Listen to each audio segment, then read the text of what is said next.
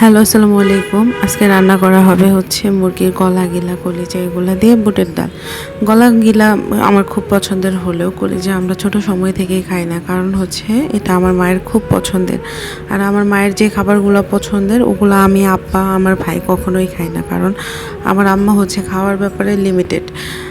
এই যে একটা ভালোবাসা, এটা কেমন না? শুধু কি মায়েরাই ত্যাগ করে, সন্তানেরাও তো ভালোবাসে মাকে, তাই না? ত্যাগ ভালোবাসা এটা তো সন্তানদের দিয়েও হয়। কিন্তু কালকের নিউজটা দেখে আমি খুবই অবাক হইলাম যে একটা সন্তান কিভাবে পারে তার মাকে মারতে। এটা আসলে হচ্ছে মানে মাঝে মাঝে না এমন সব নিউজ দেখে আমার কেন যেন মনে হয় এগুলো ফেক। এটা হবে না।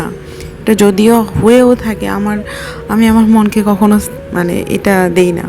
একটা বাবা মায়ের সর্বোচ্চ ভালোবাসার জায়গা হচ্ছে তার সন্তান। আর আমার মতে আমি আমার আশেপাশে যাদেরকে দেখতেছি তারাও তো দেখতেছি সেম, যে বাবা মা যেমন সন্তানকে ভালোবাসে তেমন সন্তানেরাও বাবা মাকে ভালোবাসে। সেই সন্তান কিভাবে পারে তার গার্লফ্রেন্ড, তার হাত খরচের টাকা বা যাই হোক, হোয়াট এভার, তার মাকে মারতে। মানে আমি নিউজটা দেখে না অনেকক্ষণ হতদম্ব হয়েছিলাম যে আল্লাহ, এগুলো হচ্ছে দেশে এখনও, দুনিয়াটা এখনও এরকম আছে। আল্লাহ মাফ করো, সবাইকে মাফ করো। যাই হোক, হ্যাঁ, আমি আর এগুলো নিয়ে কি বলবো। আল্লাহ সবাইকে হেদায়েত দেয়। আসলে আমাদের দুনিয়াটা কোন দিকে যাচ্ছে আল্লাহ মাবুদ ভালো জানে। আল্লাহ সবাইকে হেদায়েত দেয়।